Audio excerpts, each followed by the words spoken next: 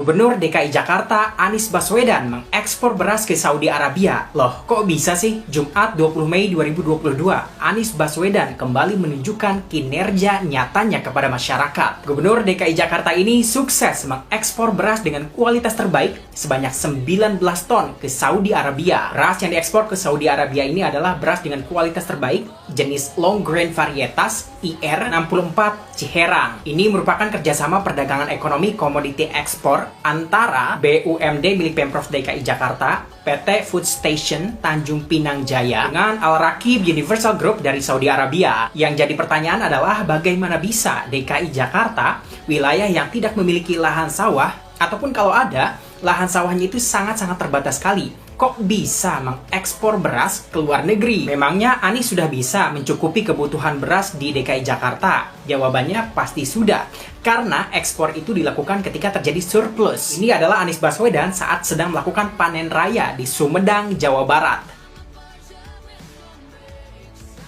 Dan ini adalah Anies Baswedan saat sedang panen raya di Cilacap, Jawa Tengah. Dan kalian wajib tahu nih, sejak tahun 2018 silam, Pemprov DKI Jakarta melalui perusahaan BUMD-nya yaitu PT Food Station Tanjung Pinang Jaya sudah menjalin kerjasama dengan gabungan ataupun kelompok-kelompok tani di beberapa wilayah di Indonesia. Dari mulai Karawang, Subang, Indramayu, Sumedang, Demak, Sidoarjo, Sragen, Cilacap, hingga Lampung. Bahkan hingga tahun 2021 silam tercatat BUMD milik Pemprov DKI Jakarta PT Food Station diketahui telah mengelola seluas 6.210 hektar sawah di wilayah-wilayah tersebut. Bravo, bravo.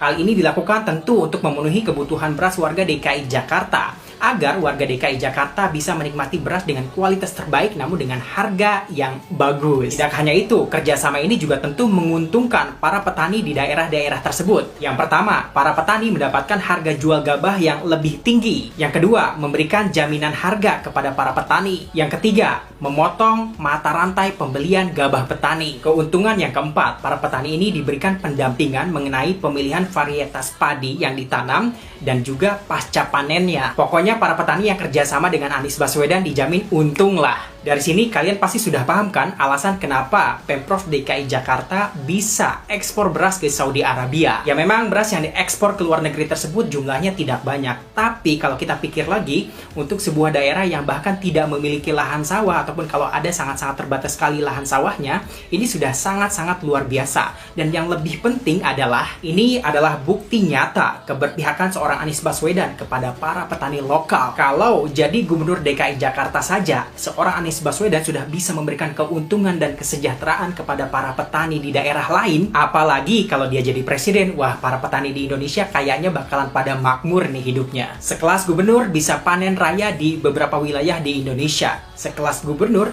bisa ekspor beras ke luar negeri. Itu kan harusnya kerjaan presiden. Gak heran kan kalau banyak orang yang bilang kalau Anies Baswedan itu adalah gubernur rasa presiden. Setelah melihat fakta ini, apakah kalian masih berpikir jika seorang Anies Baswedan tidak memiliki prestasi